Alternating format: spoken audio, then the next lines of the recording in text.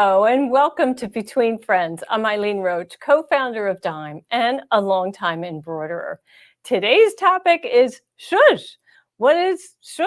Shush is a verb. It means to make something more fancy or more stylish. And it is really a word, an official word found in the Oxford Dictionary, and it was coined around 1970 as a verb. You can also use it as a noun. And it's a fun word to say, let alone do. In our world, the machine embroidery world, we've been zhuzhing it up for years. And as our friends at OESD say, embroidery makes everything better. And I think it does, don't you? And how many of you agree? Does embroidery make everything better? Let us know in the comments. And we'll just say hello to everybody. My sister-in-law, my stitching sister, Kathy Colvin, first one to pipe in. Hi, Kathy. Welcome. She's up in northern Minnesota, as is Chris Kavanaugh. And you say that it's sunny and warm up there. Love to hear that. That's great. I hope that you're all enjoying that nice spring weather, right? And we have Donna from northern Idaho, and Patricia is in West Virginia, Alabama. Laura Parks, thanks for joining us again today from Lincoln, Nebraska. Christina W. up in Northwest Illinois, and Sybil from Oklahoma. Let's see. Who else is here? We have Baton Rouge, Louisiana. Love that. Seraphine and Jewel in South Carolina, La Crosse, Wisconsin. Oh, there's so many of you joining us today. We really appreciate you sharing your time with us. So let's see. Donna says, yes, it does. It's stress relief for you. Okay, I'll agree with that. And let's see, Sharon Crowder, you say that you love machine embroidery. Yeah, because it does make everything better if you have a plain item, right? So let's see. Okay, so just the simple act of adding embroidery to a blank item is shushing. So not only can you shush up a blank, but you can also shush your embroidery.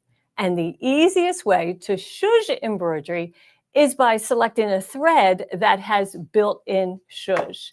Now, just like our variegated thread now, or a metallic like Kingstar. But today we're going to focus on variegated thread, our exquisite medley. And that is today's product that is sponsoring today's episode. And it's ColorPlay. So what is ColorPlay? Well, it's a thread pack, a small kit of 5 1,000 meter spools.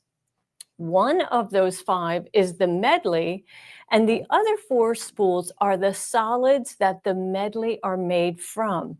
Look at those beautiful colors, and wow, what a great price, right? Only $23.95 for 5 spools. And we're going to take a look at them a little later, but let's do that first. Let's go ahead and take a look at what's in the tray. I have 3 collections here that are just luscious. We have the Santorini collection over here, which is this lovely collection of blues. Does this just scream water to you? I mean, if you're stitching an ocean or a lake, this would be the medley collection that I would select. And so what does it look like when it is stitched in a traditional complex fill? You're going to get that striped effect, and you can see all the different shades. Here that is as all the solids. And then as a satin, you'll see you also get that striped effect. Now this fun complex fill over here is a built-in fill that we have in our software, in our special effects software, and we call it Varsity Fill. But boy, does that look beautiful when you stitch that with a variegated thread. So that's Santorini. In the middle here, we have, well, my favorite medley is Sherbet, and this is the Brighton collection. So it has a gorgeous pink, a beautiful purple, a yellow, and a snazzy orange. And they make up this beautiful collection. So here, we've stitched those same embroidery designs. We have the 4 solids on complex fill. We have that varsity fill of just the medley. Here is a traditional complex fill. Now you can really see that striped effect in this stitch out. And then of course also in the satin. The run stitch here is also in the variegated. Now what's so fun about that? You really get a look at the different colors. So imagine if you were maybe on a quilt, that would be a beautiful thread to select for a bright, happy quilt. If you were even on a white background, it would pop. It would be a little subtle because you're going to have other things on that quilt, right? Applique maybe, some pieced patches and quilt blocks and so forth. So anyway, we love that. We think that's sherbet. We're going to look at that a little bit later. And then next up, we have the Chicago collection. And this is made up of a really lovely assortment of a teal, kind of a rose, another purple, and then Baltic blue. And look how it is, when you combine them, so colorful, right? So let's take a look at its stitch out. Now here you can see, again, you're going to get that striped effect on the satin, and also you'll get it in some parts of the complex fill. Now let's take a look at these two complex fills, right? So notice how they're so different. Well, it's really where on the spool you start out. So if you start at, let's say, the beginning of a color, like the yellow in this instance, if that's the first stitch in the complex fill, then you're going to get a really nice striped effect. Of course, there's lots of factors going on here. Stitch length, the size of the embroidery design, and so forth. But if you really want to go for that, you can probably do it. Or you get a little varied look, as in this instance here.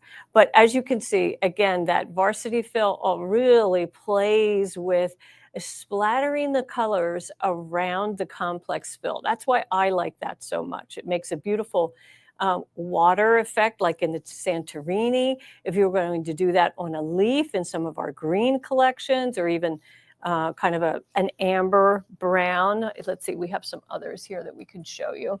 Here's what is this? Seattle, I think? Yes, Seattle, the Emerald City. So we've named all of these collections after some famous cities. And, when you look at these four together as solid patches, you might think, I don't really know how that works. But when you look at it in a complex fill, you can see how that is so natural-like. It really does mimic nature. So kind of fun. And then sunset is, I think this is Carlsbad, is that right? Yeah, Carlsbad. Oh, I love this one. Super fun, really bright. This is another great one that we often select for quilting. Just fabulous. These fun colors. Looks great on white. Also looks great on dark colors like this bright blue or black. And then this next one is Carmel. And this is a little bit more subtle. Sometimes, you don't want all that bold work. You just want something subtle. Now, here's a really pastel, very, very soft colors. Maybe we should have stitched this one on a dark fabric, but you can still see how lovely and soft it is. Great for baby wear, I think, or, new baby when you don't know what the mom is going to have. And then we named that the Savannah collection. And then next up is Cape Town. A lovely collection. Kind of when you see the four together, again, you're not so sure it really is going to work until you see it stitched out. And, oh, we love it. It's just super fun.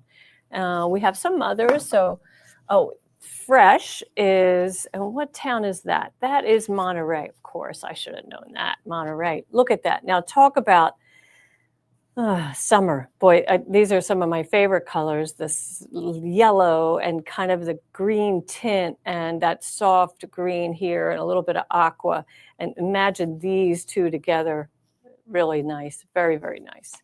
So, and then what's up? We have Madison, which is named after Madison, Wisconsin. Just fun memories from up there. So we said, why not? It has a really dark navy and then a purple, kind of a soft rust and a mauve. And when they blend them together, it looks very, very nice. And then we have Paris. Who doesn't love Paris? So this is, the City of Lights, this golden hues. that you can see. And yet, you know, this is quite bright. This is really has a dark value, but yet when you stitch them together, looks like a gorgeous globe, doesn't it? Really lifelike. All right, we have two more panels to go through. We might as well go through them before we jump into software. You're going to love what we do in software. Okay, and this is Sedona. So, of course, very subtle variations. Think of the desert, right? How lovely that would be blended in some kind of desert scene. And then this is Nashville, all these denim blues. And again, an interesting selection of blues. We go very light, then a chambray, a bright Baltic blue, and a navy. And when you blend them together, they really pop. They look really attractive together. This is Summer Berries, I think, named after a Logan in Utah. And this is another one that I often gravitate to. It just seems to work on so many different projects. And again, lots of variety when you stitch it in the complex fill, and of course the satin also. And I think this might be, is this Rio de Janeiro? Yeah, Rio. So lots of, you know, carnival fun, right? Bright, bright colors in the middle of winter. So we stitched that on the navy blue to let you see how it really does pop. And then Cotton Candy is a soft selection of pink shades, almost a beige and a very soft blush and pink, and then kind of a coral pink. And boy, they look just lovely together. And let's see, 109 is, who is this? Oh, Sedona, we already went through that, and Nashville. So that is all of our collections, and they are fabulous. They look great stitched on straight line designs like my feathers here. I love how you get to see how they look on a white fabric, on a black fabric, and on a gray fabric, right? You can really see this when you stitch out a new variegated thread, new to you. I often suggest stitching it on white, gray, and black. So you really get a feel on what value of fabric, what color value, you're going to be able to see these designs. So it's just a good practice if you like to do that. Also, this design, this stitch out, it's a big patch and it has all of these different elements, is on my blog, and we'll put a link in the comments so that you know where you can go and download this free design. And this will help you understand how a variegated thread will stitch out. And if you purchase our ColorPlay, it'll give you a chance to have all of this information in one stitch out. And then you can glue, which we have done, glued the cardboard, the chipboard that comes in the collection right on the back of the patch. And then that way we always have a reference, and it's just easy to pull those threads and so forth, because I don't keep the 5 spools together as a kit. They're all up on my wall. So I have this board, and then I know when I go over to my wall of thread, I know which ones to pull. So much fun. Okay. All right. Let's get over into software so we can really play with shushing it up. Okay. I have, just so you know, excuse me, I'm going to turn my mic off just for a moment so I can clear my throat without harming your ears. So bear with me.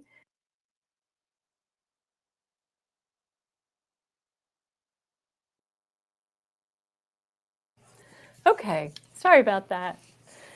All righty, let's see. Okay, so we're going to go into software. And now I'm just going to tell you, I'm going to go into the In the Hoop Designer software, but I have all of the Dime software, and I have not isolated only the In the Hoop Designer, because I'm going to use another font that's not in the Hoop Designer. So I just want you to know I have kind of everything turned on. So if you're like me and you have several of our programs, you can do exactly what I'm doing.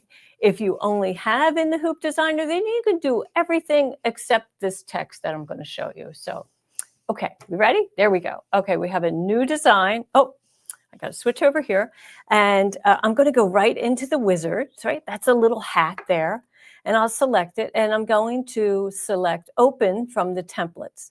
Now, I have so many different options. Oh my goodness, there are hundreds of designs in here. They're all adorable. It's really hard to pick one or another, but I think I was in tags. I was. So I'm going to select tag number 7. And when I open it, it appears in the wizard. And I am going to change the size because I don't want it that big. So I'm going to go to 3 inches, and it, changes the size proportionately. And then I'm going to click apply, and it barely changes visibly, but it has. And I'm just going to I'm just going to ignore everything else. Oh, but the instructions are right here, right? Now, Reen Wilcoxon, she has teamed up with us and provided all of her instructions for making these tags.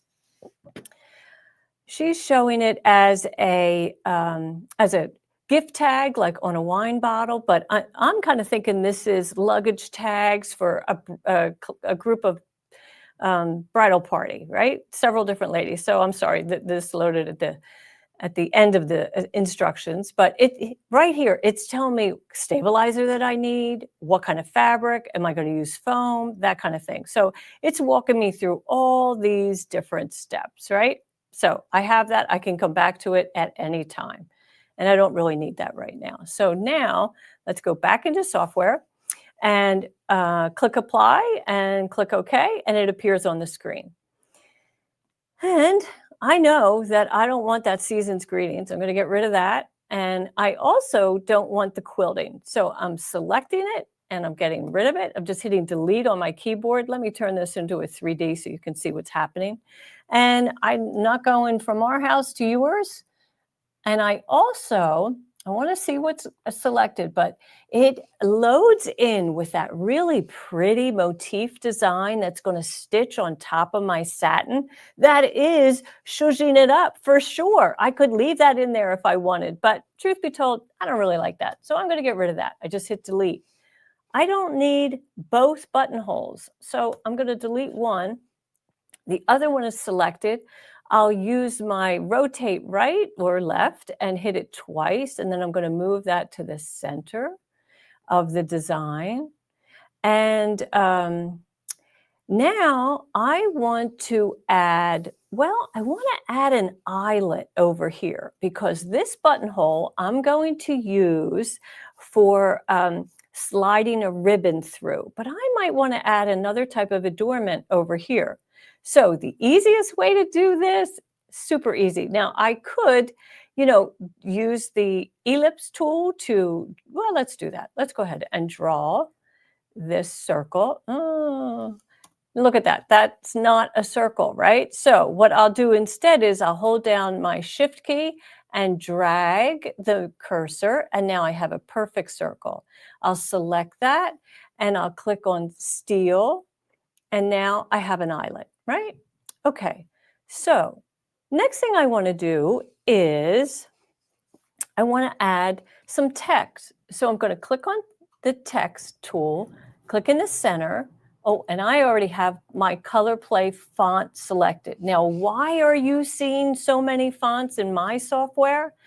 That's because I told you previously, I have not isolated in the Hoop Designer. I have Perfect Embroidery Pro. I have Word Art and Stitches. So that's why you're seeing all of these fonts. I have all of our software activated and in use. So ColorPlay is the one that I wanted to use because ColorPlay, this font was digitized specifically for our variegated thread. And of course, it comes up in a solid, and I'm just kind of playing with this a little bit. And actually, I want to change the letter to a C. So a capital C, we'll click OK. And I want to move it over to the right a little bit. I don't really want it centered because I'm going to hang something from this area. So let's go ahead and move that over a little bit. And so I'm just, leaving space so I can shush it up, right? Okay, so that's in red and it's color number 27. So I'm going to change that to the variegated thread. And I'll just go right into the brighten. And I'll select the variegated sherbet, and then there it is. It's right where I want to see it, exactly where I want to see it. Next up is that green. So let's go ahead and change that into, oh, pardon me, into a color that's in the variegated, where is that? Sherbet right there. And we'll do that in the orange. Okay. And now where did that orange go? Oh, here it is. Right here. So we'll select the green and now it's orange. And this we will also make orange. And the other colors we don't really care about right now, right? Because they are placement guides for the front, the back, and so forth. So this is a great start for me. Now I want to use a digital cutter to cut out this shape. So I'm going to select my my circle, my eyelet, right? And I'm going to do Control, and which is copy, and Control V, which is paste, and then I'm going to convert that to artwork. Wonderful. And then I'm going to select this first group, which is just a placement guide, and I'm going to convert, I'm going to copy, Control C and Control V to copy and paste and convert that to artwork. And then select that artwork and the circle artwork for the eyelet and click on the combine key. Perfect. Now the only thing I have to do now is cut out this buttonhole, but I can't convert a buttonhole to artwork. Don't ask me why, but I can't. But I can draw a rounded rectangle. So with my artwork tool, I'll just draw that. You know, I just want it to be close, right? It's going to be covered up with satin stitches, so it doesn't really matter. And so now I'm selecting the artwork that I already combined, eyelet and full outline, and my rounded rectangle that I just drew, and I'm going to combine that. And now it's all one thing, and I'll move it off so you can see. Ah, there it is, okay? I want to hit that cutter, and it's going to cut it out. So it is literally going to cut that out, and I can do it in my fabric. I could do it in sew-any shape foam, which is what I'm going to show you. And so it's going to cut that opening for the buttonhole. Do you have to do that? You don't. You don't have to cut out the foam, but it does make for a nicer finish.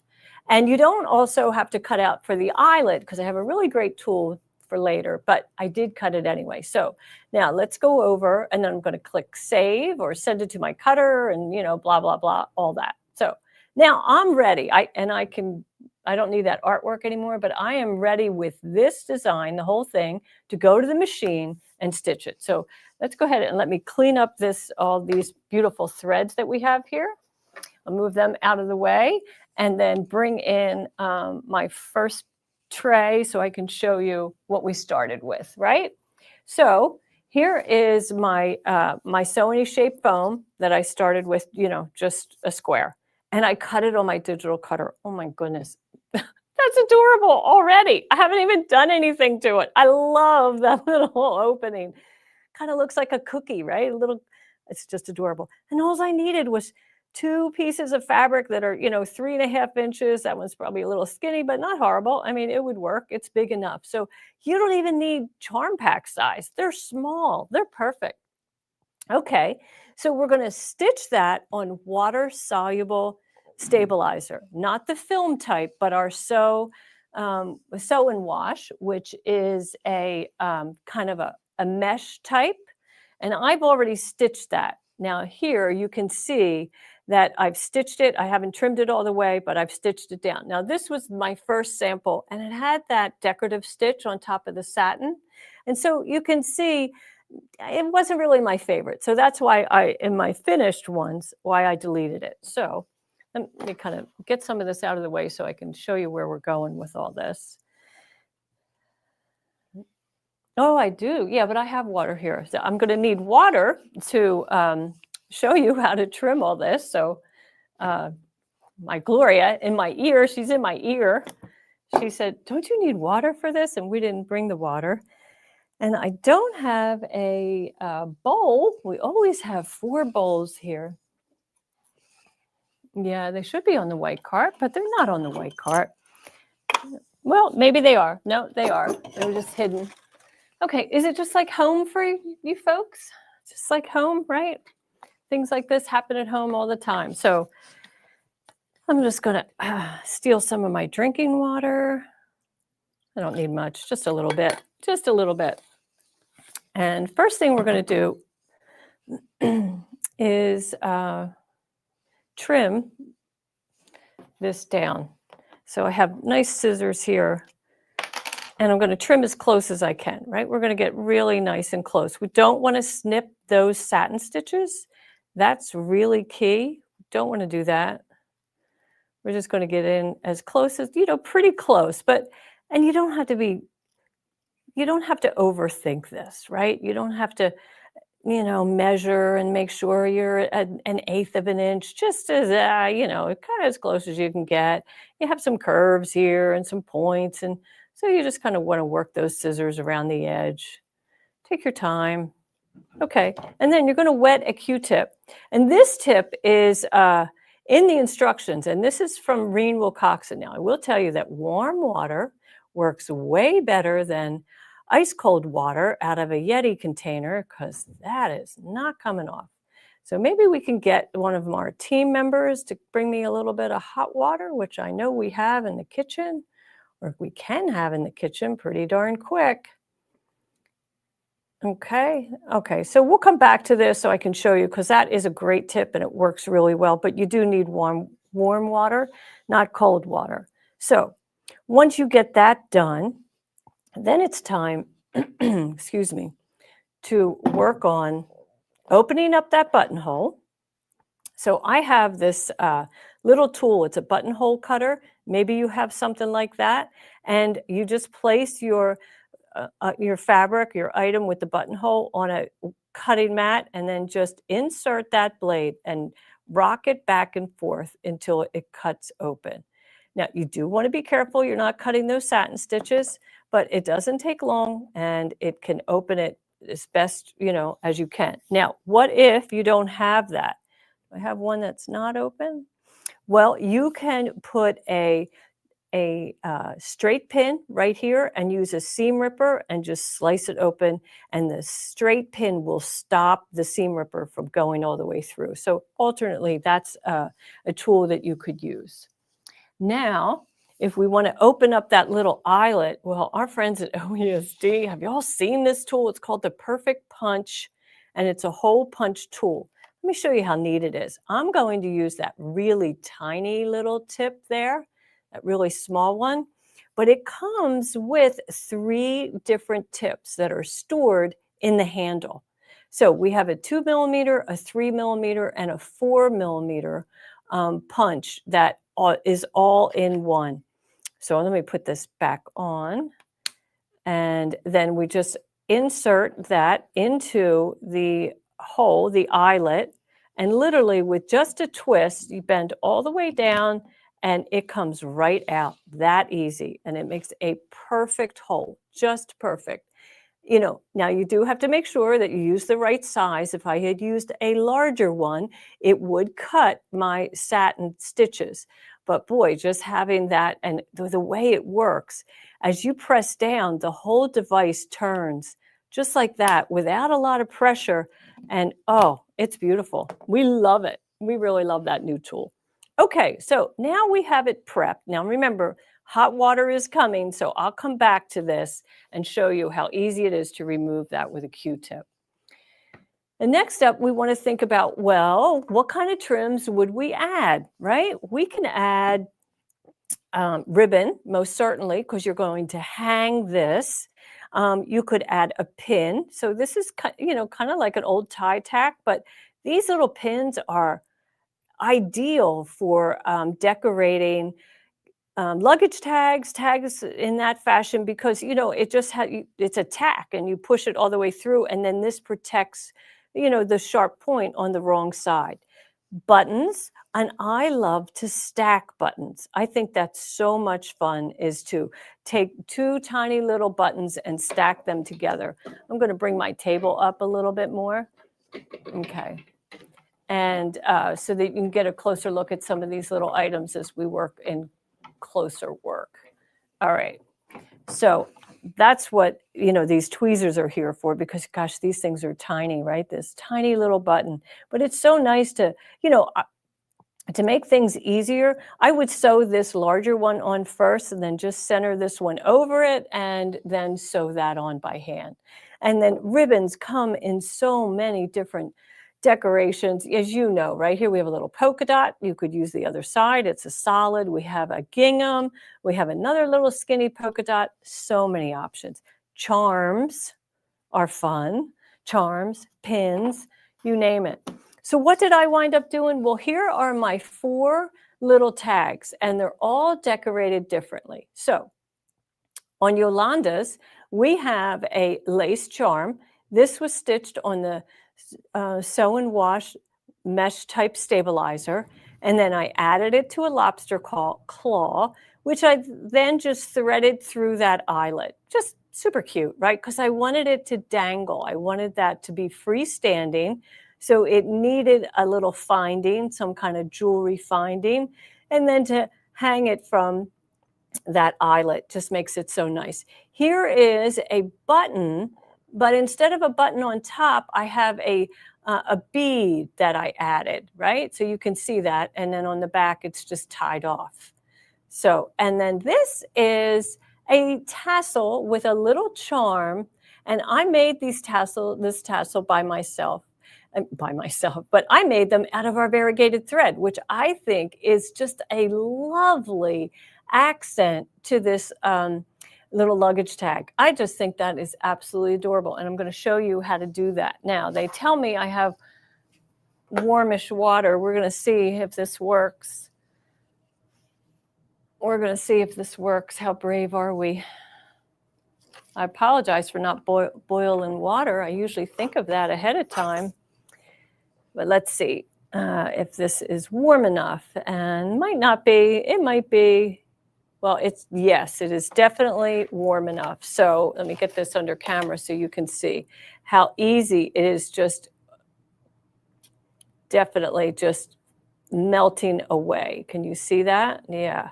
And now the edge is going to, get wet, but you don't have to wet the whole item, right? You just want to get it off that edge so it's not extending out beyond the stitching. And, just keep working that water. Now, I'm telling you, if you were using really hot water, and I don't mean boiling, but hot enough that you could wash dishes in it, but not so hot that it would scald your hand, that's all you really need, is a little bit of temperature. Because the chemicals that make up this substrate they dissolve in heat. Now, I mean, how nice of a clean finish is that? I love it. It's just so nice and clean. Nothing on the back, right? Because the In the Hoop instructions from Reen in the Hoop Designer tell you when to add the sew any shape foam that I cut out. And I did not have to cut that out, right? I could have just put down a square. And in fact, that's what the instructions tell you. But I have the digital cutter, and I love that. I like it when the edges are kind of nice and tight, right? So I cut it out, and then I added my white square on top, and it stitched the C. Of course, it stitched a tack down, and then the letter C, and then I added my other piece of fabric on the wrong side and stitched both the buttonhole and the eyelet, and then the outside, and boom. 7 minutes. They're so fast. Okay, so that's how you do that. We've used our eye punch. We've used a buttonhole cutter, and we used hot water with a Q-tip, and that is a super great tip. That was Reen's instruction, so thank Reen for that, right? Okay, next up, we're going to make a tassel. Oh, you've probably made these before, but I just want to tell you a little bit about when you're working with the polyester thread and making a tassel. It's a little different in the sense of than when you are using a an embroidery floss, right? So like the DMC floss that are 6 strands, they're easier to work with, but they also produce a much chunkier tassel. Sometimes that's desirable, but when you're working with a small little luggage tag like this, you don't want a big chunky tassel. You just want something nice and delicate that's going to add a little bit of flair to this luggage tag without it being too chunky, right? So you're going to take a card. Now I've taped this together so I could transport it from home, and I'll just cut that off. You're going to take a card and wrap it around and wrap it around. And then I do like to use embroidery floss to slide it through here and tie it off. And then I slide it off the card, and I've knotted it at the top, such as this, so that it stays together. And then I just wrap another length around the body so that it creates that kind of neck, right? We have that the loop at the top, and then you have kind of the head of the tassel with the neck, that's floss, and then you cut the bottom.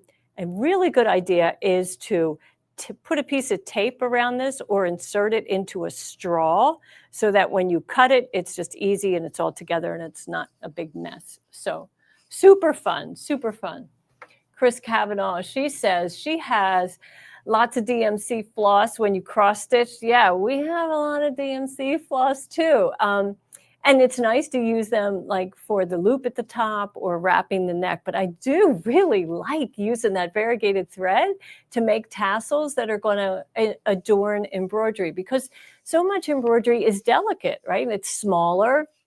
So giant tassels overpower embroidered works often. So I have found that using the same thread that you stitch the design in is a really nice touch, really nice touch. And Jennifer Alexander, you say that pickleball pin is adorable, isn't it? It really is adorable. I know. And the My Lace Maker purse, yeah, I know. Let's go back and take a look at these fun little accents. They're adorable. Here we have the My Lace Maker. This was in my Just Jewelry collection. Lace Charms collection is the bag. And truth be told, well, I can go back into software and show you what I did to that.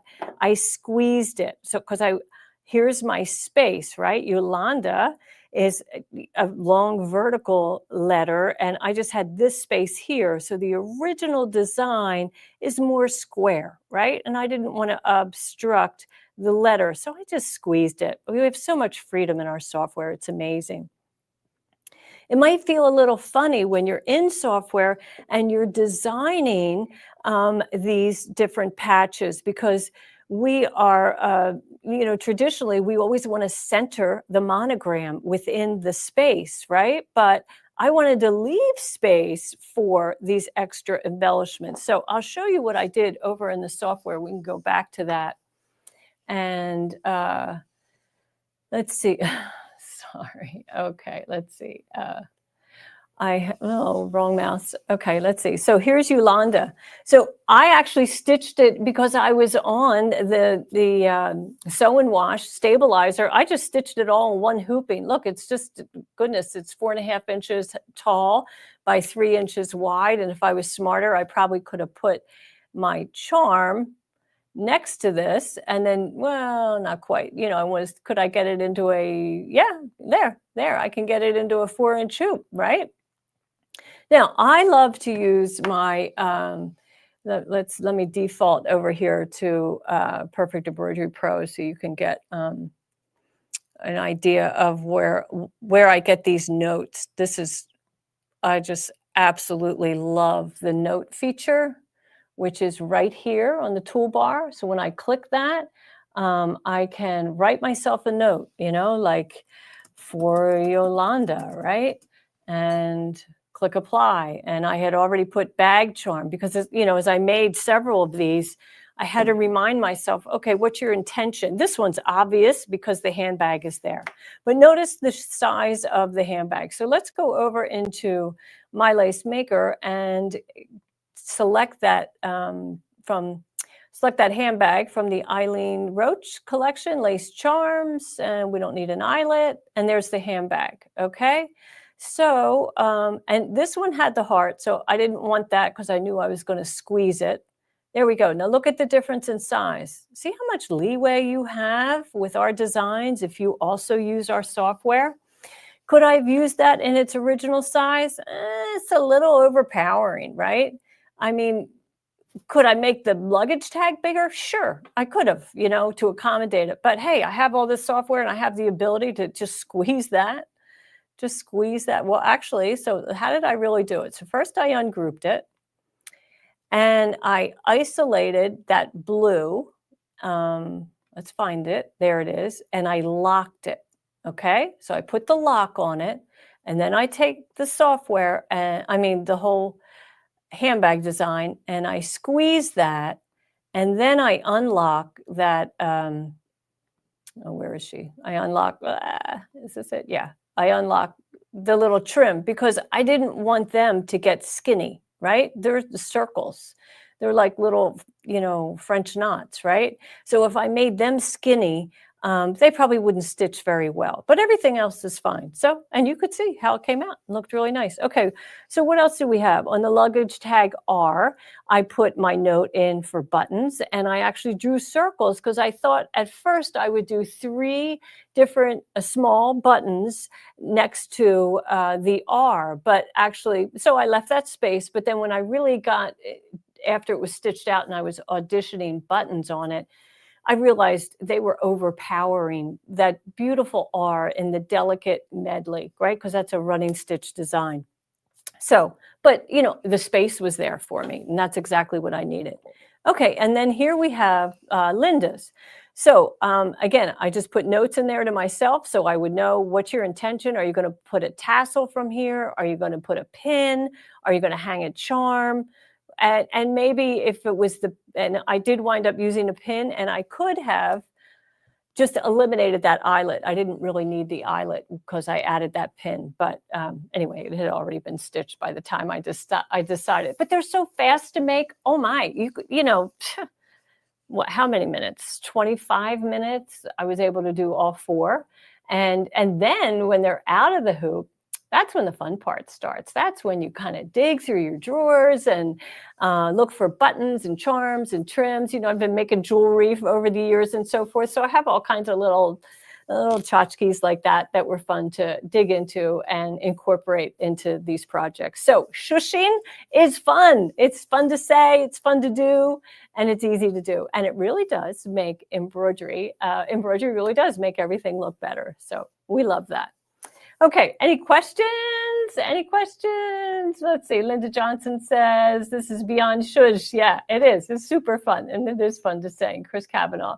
It is cute. It's a great idea. They're super cute. Now, would I put that luggage tag through baggage claim? Probably not. So this would be, an adornment on a handbag, maybe a laptop bag, something you're going to do with carry-all, or adorable on a makeup case, like I said earlier. What's nice about a ColorPlay is you can make a set of tags, let's say for a group of women, maybe your prayer group or, a bridal group or teachers, whatever it is, that are coordinating, and yet they don't all match. Because if you're using a ColorPlay kit, everybody's going to have the medley, but you can accent with one of the 4 different colors. Like on my collection, I have each of those solids become the outline, right? So we have the yellow here on Linda's. Yolanda has the pink.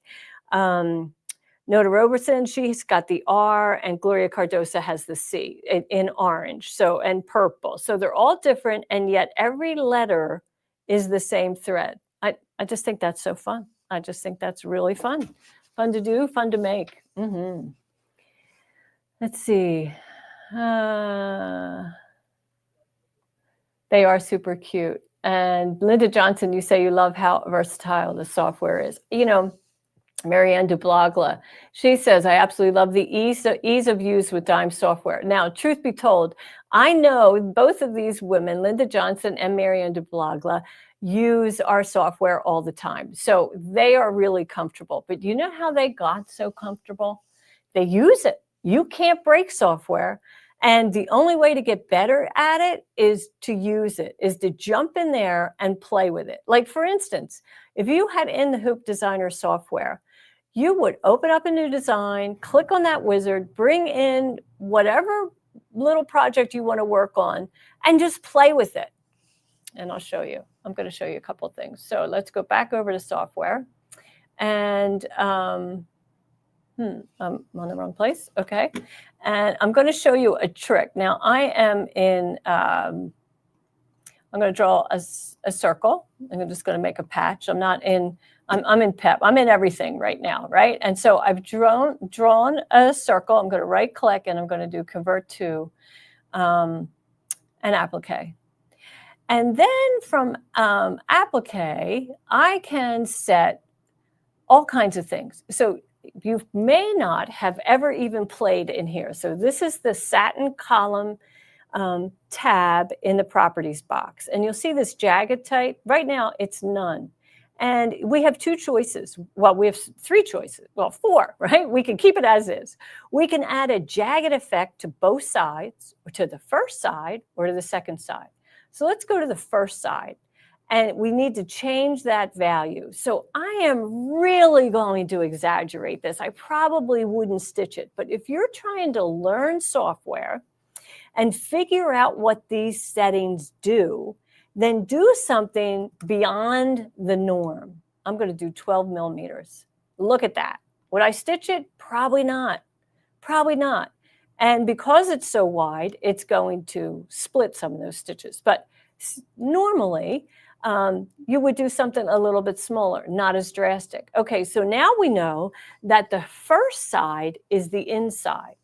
And then the second side, let's take a look what that looks like. Now you can see it kind of looks like a starburst, right? Or a sunburst. Beautiful effect you can have. Just gorgeous. Beautiful. And then, in fact, we could copy and paste and then remove that on the repeat and change that color. And look, totally different. Totally different. So much fun. Okay, let's undo, right? Let's just undo. We don't need that second layer. But now let's go back to that properties box and do it on both sides. And there you have it. Now, 12 millimeters is really long, long, long, long. You would most likely use this probably on the outside, I'm just going to say. And you might do it like half of that, 5 millimeters. Now, it's a little bit more manageable. You have a traditional satin portion, and your longer stitches are not so long that they have to be split. So anyway, you just can't believe how versatile software is and the abilities that it gives you to. And exaggerating in the properties helps you understand what is happening to an embroidery design. Will you ever stitch that specific one? Probably not. But you're learning. So you have several best friends is, exaggeration in the properties box. Number 2 is that undo and redo, right? So that arrow at the top of the screen, you can undo and you can redo to your heart's content. And then the other is save as. So you're going to save it under a new name. And that way you will not harm anything that is precious to you. Maybe it's a design you just purchased and you really want to blow it up and morph it and do all kinds of crazy things to it. So when you open it, you will save it as with a different name or just add a like V2 at the end, meaning version 2. And you can make all your experimentation occur in that design instead of the original design. And if you just abide by those rules, you won't have any problem, right? You won't have any problem. Okay, so what else is up? Oh, let's see. Laura Park said, I just made an in the hoop zipper pouch with well, I read that wrong, but for your friend who's retiring. That's awesome. I love hearing that. We're all about retirement these days. Okay, so as you know, our today's program was brought to you by ColorPlay, which is a great value to get 5 spools of thread for $23.95, and one of them is that variegated and matching, coordinating 4 solids. Just beautiful. I think you'll really love that. And let's see, we love it when you subscribe to our YouTube channel and like us on Facebook. It lets us know that we're providing the content that you've been looking for. So I hope that you'll do that. Next week, Ashley Jones is going to be back. At 1 o'clock, she'll be doing software success. And oh, she's so talented. Please join her. Please, please join her. If you can't make it on Tuesday at 1 o'clock, you most certainly can watch her rebroadcast. All of our live events are of our software success and Between Friends are always on Facebook and YouTube, so you can go back and watch them at your leisure. Next Thursday is the kickoff for my retirement tour. I'm going to be retiring this summer, and I have two lovely guests that are going to join me next Thursday. Christine Connor from Amelia Scott Designs. You know her. She's the queen of edge-to-edge quilting. And speaking of queens, we'll have another one in the house, and that's Patricia Gates from Purely Gates. She is the queen of Mylar embroidery, and we're going to have a fun time. So that'll be at 1 o'clock on June 5th, next Thursday, and I hope that you'll join me. We're going to have guests throughout June and July before I say farewell. So I hope that you'll join us, and I look forward to seeing you then. Thanks for joining me today.